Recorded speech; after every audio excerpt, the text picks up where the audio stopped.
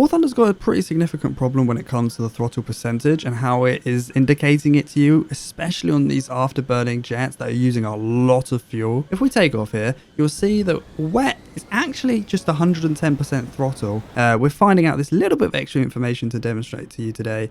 If you open your mapping browser, you'll see where all this information is coming from. You've got to do it in a custom flight or an actual battle though. Once we take off here, if we just increase the max speed, you'll see we don't need that landing gear anyway, don't worry. If we just increase the max speed here, we're going to be sitting at about Mach 1.1. You'll see that the thrust stabilizes around 12,500 kilograms of force.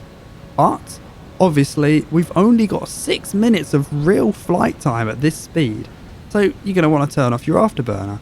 And once it's stabilized, it will be around the 5,000 mark, depending on the fuel, the altitude, some other variables here. But obviously, we get a significant more amount of flight time, up to 48 minutes, which is a lot closer to the UI the game is showing. So what we're going to do is we're going to use the mouse wheel to very slowly and very precisely increase the throttle. Now we're at 101%, and the thrust is obviously increasing. We're now considered wet, but we're still at 101%. We're very slowly increasing the throttle here with the mouse wheel.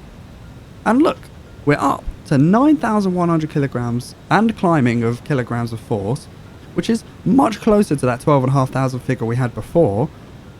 But we're using significantly less fuel. We've got 20 minutes of flight time, and we're really not that much of a reduction of our afterburning capacity. When you get to the end of the match, and you really do need that extra fuel just for that longevity, just to survive the 10 minutes that's left, this is a nice trick that you can use to maintain your throttle without having to run out of fuel and return to base.